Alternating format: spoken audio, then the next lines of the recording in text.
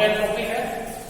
अभी सॉल्यूशन के अंदर जो हम आगे पढ़ेंगे वो लगभग राउल्स लॉ पे बेस्ड होगा, चाहे आइडियल नॉन आइडियल सॉल्यूशन हो, चाहे कोलिगेटिव प्रॉपर्टी, चार कोलिगेटिव प्रॉपर्टी होती है ना वो केस। क्लियर है? इसलिए राउल्स लॉ क्या होता है वो आपको अच्छे से पता होना चाहिए। राउल्स लॉ क्या होता है, ठीक है ना? तो अभी हम डिस्कस करने वाले हैं Raoult's law. Raoult's law mainly deals with the study of what? Deals with the study of vapor pressure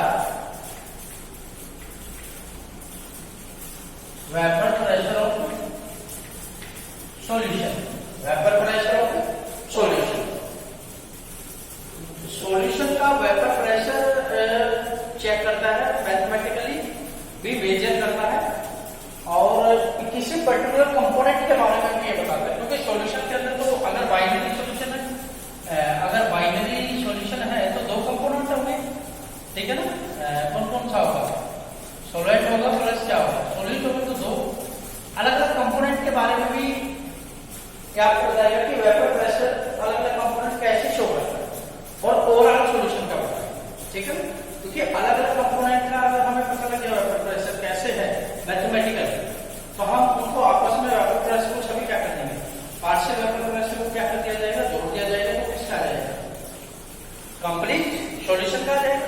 ठीक है, तो राउल्स लॉ क्या कहता है? राउल्स लॉ सिमिलर है, राउल्स लॉ सिमिलर है लाइक हेनरीज लॉ, ठीक है? किसकी तरह? Henry's law.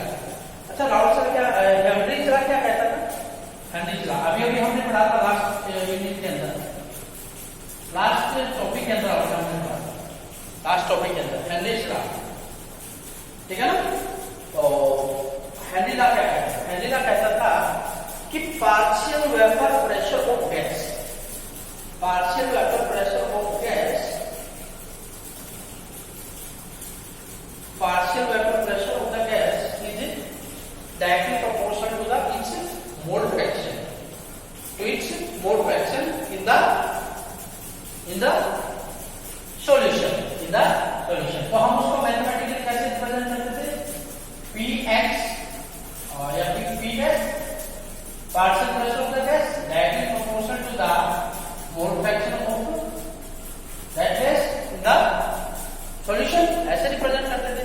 ओके, और इसको हम कैसे लिख सकते हैं? इक्वल टू या क्या है आपका एंटी कांस्टेंट, ये वाला केस हमने अच्छी तरह डिस्कस कर रखा है, ठीक है ना?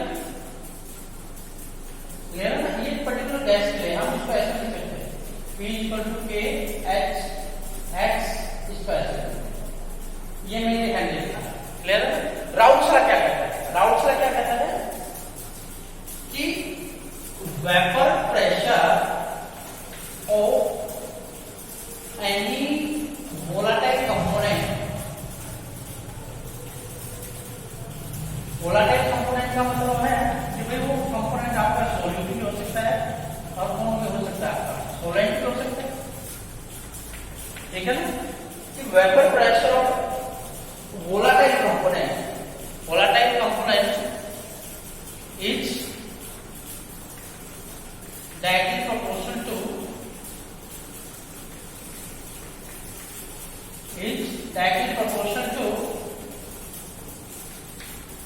to its mole fraction in the solution। Clear है? In the solution. ये भी वही बात है, दोनों प्रेशर को एक्सप्रेस करें और वो क्या करें? हेनरीज लॉ भी ये कह रहा था, हेनरीज लॉ मेनली स्टडी करते हैं गैसियस केस में, ठीक है ना? गैस जब लिक्विड के अंदर डिजोल्व होता है तो प्रेशर का क्या इफेक्ट है वो वाला केस देखते हैं, ठीक है? हेनरी लॉ की तरह स्टेटमेंट इनका है कि वेपर प्रेशर किसी भी वोलेटाइल कंपोनेंट का, और वो वोलेटाइल कंपोनेंट आपका क्या होगा? सॉल्यूट या सॉल्वेंट, ठीक है? वो डायरेक्टली प्रोपोर्शनल है किसके? उसके मोल फ्रैक्शन से, और किसमें? जो सॉल्यूशन में उस कंपोनेंट का मोल फ्रैक्शन उससे। अच्छा, अगर मान लो आपको सॉल्वेंट का मोल फ्रैक्शन, सॉल्वेंट का वेपर प्रेशर निकालना है, राउल्स लॉ का यूज करते हैं। कैसे निकालेंगे? P सॉल्वेंट हमने बताया था इस यूनिट में हम सॉल्वेंट को किससे रिप्रेजेंट करेंगे? ए से, ठीक है ना? तो पी सॉल्वेंट या फिर पी ए, क्लियर है? दोनों में से कोई भी अच्छे लिख सकते हो, सेम है। वो डायरेक्टली प्रोपोर्शनल होगा। वो क्या होगा? डायरेक्टली प्रोपोर्शनल होगा किसके? Mole fraction to its mole fraction, ठीक है ना? यहां पे सकते हैं to mole fraction of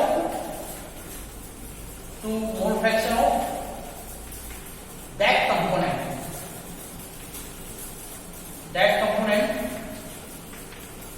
in the solution here लिख सकते हैं P A directly proportional to X A, ठीक है ना? इसको थोड़ा सा तो देखो क्या P A equal to proportionally constant आएगा, यहाँ पे आएगा P not A and X A, बस ये एप्लीकेशन क्वेश्चन, ये पॉइंट क्लियर है? चलिए, और ऐसे ही अगर सॉल्यूट के लिए निकालना चाहो तो क्या आएगा? P b directly proportional to x b, क्योंकि कह रहा है कि किसी भी कंपोनेंट, किसी भी वोलेटाइल कंपोनेंट का वेपर प्रेशर, किसी भी वोलेटाइल कंपोनेंट का वेपर प्रेशर उसके मोल फ्रैक्शन के डायरेक्टली प्रोपोर्शनल होगा, उसी कंपोनेंट के मोल फ्रैक्शन के डायरेक्टली प्रोपोर्शनल होगा। तो हमने इसको क्या किया था? सोल्व किया p b equal to proportional constant p not b and x. ये राउट्स लगा है, ये क्या कहते हैं? राउट्स लगा है। ऐसे हमें हर एक कंपोनेंट का निकालना। और क्या अगर मान लो पी टोटल निकालना, पी टोटल कैसे निकालेंगे भाई?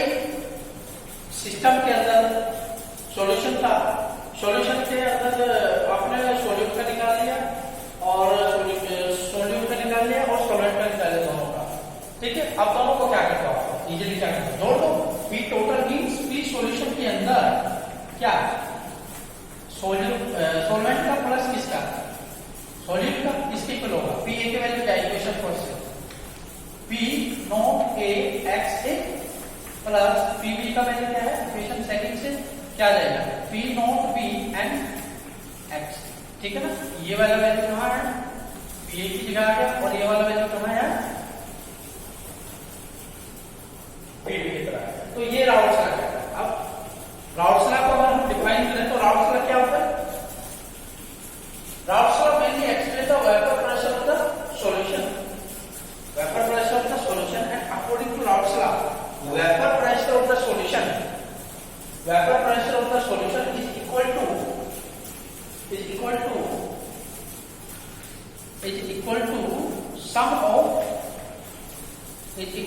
sum of what?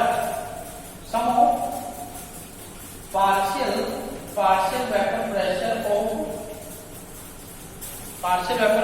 of solute and solvent, partial vapor pressure of solute and solvent in pure state,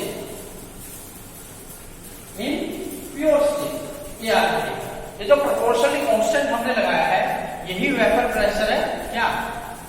pure state में। जब वो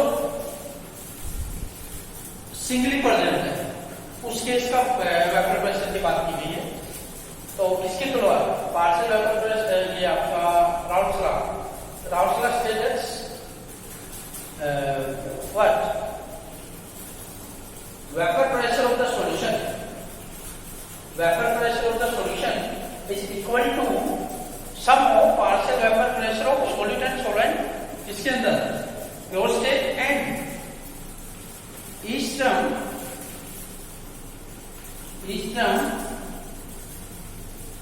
multiplied by their mole fraction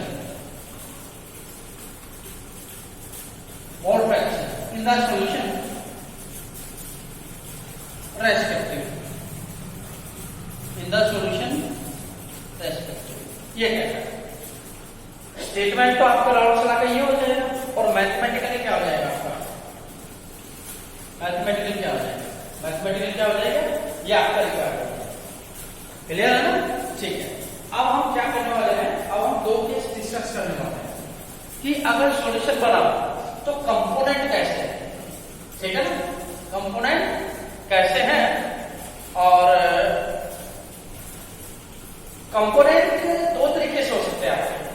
component या तो वोलेटाइल टाइप का हो सकता है या फिर कैसा हो सकता है, नॉन वोलेटाइल हो सकता है कंपोनेंट।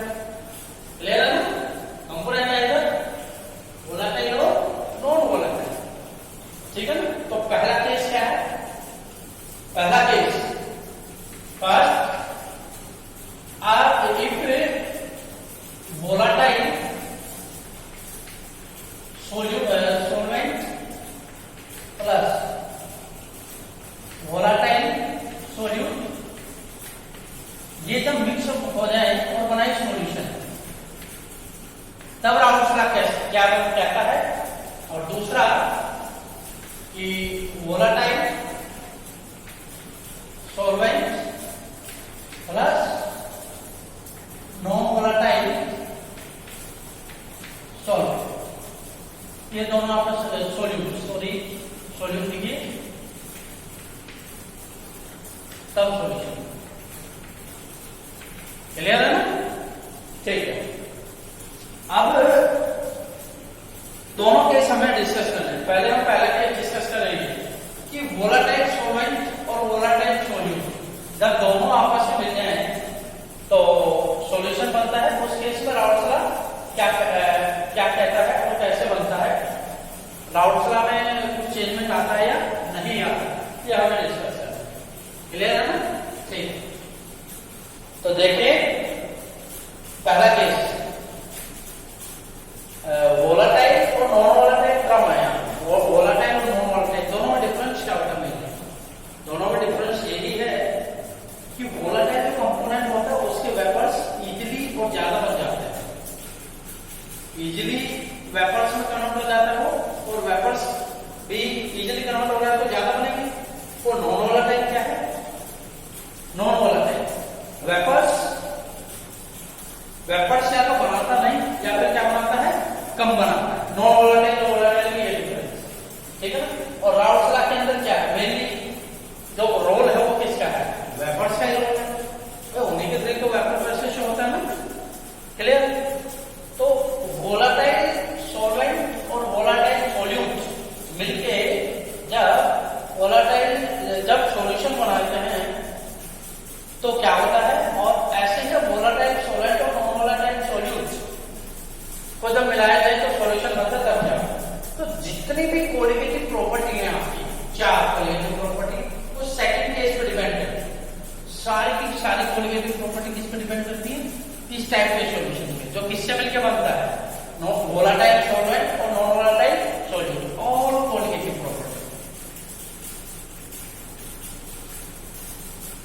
ठीक है ना। इसलिए इस केस को थोड़ा डिस्कस करना इंपॉर्टेंट है।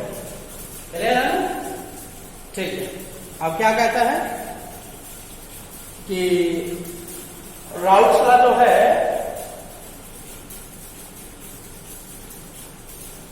पहला केस देखिए, volatile solvent and volatile solute, ठीक है। अगर ये वाला केस है पहला केस, तो मान लो एक केस में है आपके पास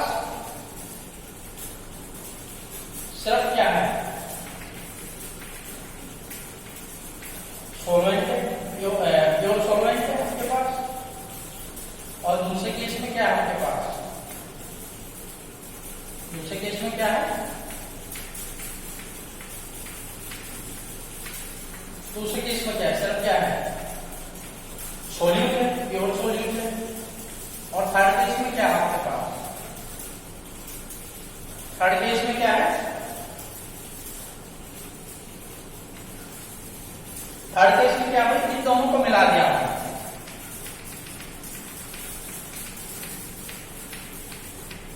मतलब क्या बना, सॉल्यूशन बन गया। क्या बन गया, सॉल्यूशन, पहले वाली कंडीशन, ठीक है ना। तो उस कंडीशन में क्या है, राउल्स लॉ लगेगी, उस कंडीशन में क्या लगेगी, राउल्स लॉ, ठीक है ना। तो हर एक कंपोनेंट के लिए राउल्स लॉ लगा दीजिए, आपके क्या निकल आएगा, क्या निकल आएगा बोलो? अकॉर्डिंग टू राउल्स लॉ,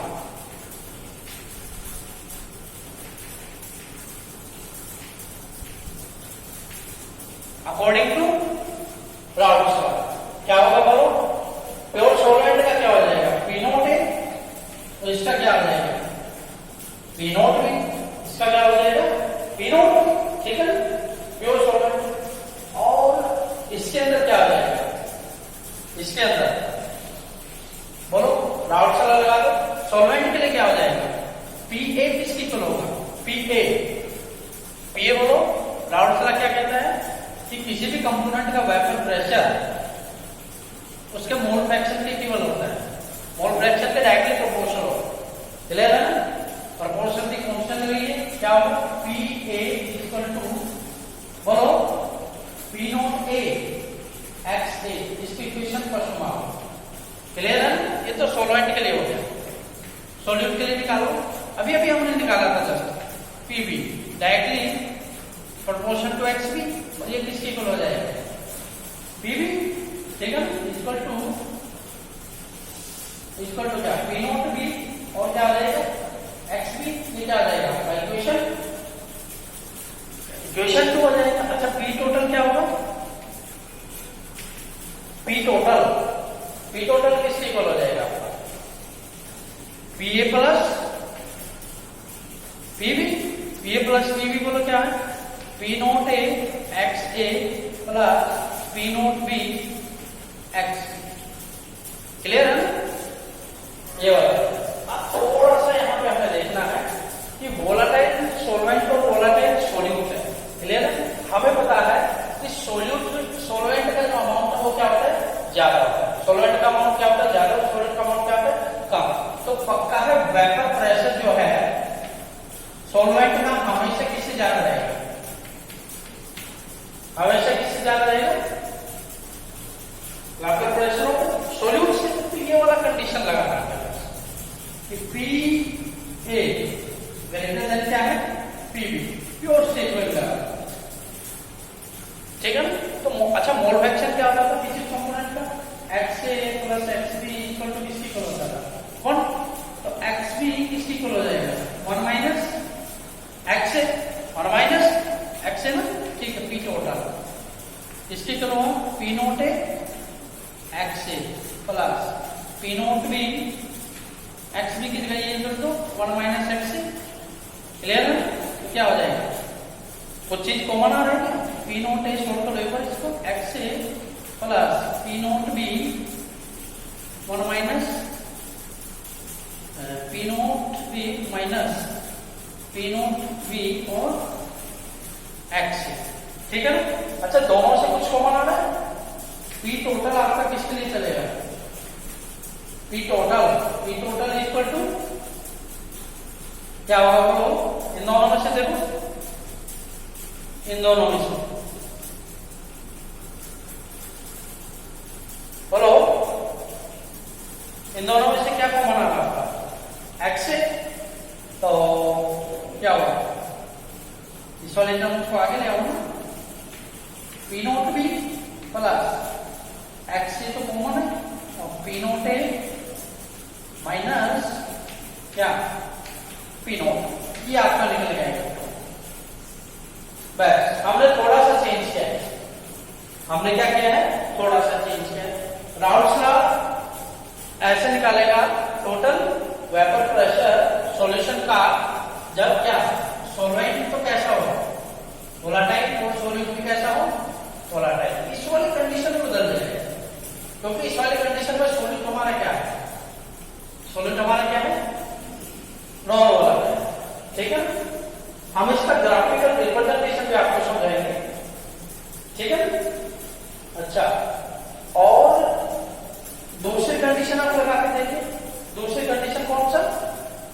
मान लो हमने तो ये पी टोटल निकाला इस वाली कंडीशन से। आप मान लो कोई दूसरा कंडीशन है कि पी नोट ए और पी नोट बी में ये वाला आ जाए, तब कैसे निकले? तब क्या होगा? पी टोटल सॉल्यूशन का वेपर प्रेशर, ठीक है ना। तो ये हमारा पहला केस था जो हमने अभी डिस्कस किया। अभी हम डिस्कस करेंगे वोलेटाइल सॉल्वेंट है और नॉन वोलेटाइल सॉल्यूट है, तो दोनों को मिला दिया जाता है तो सॉल्यूशन बनता है।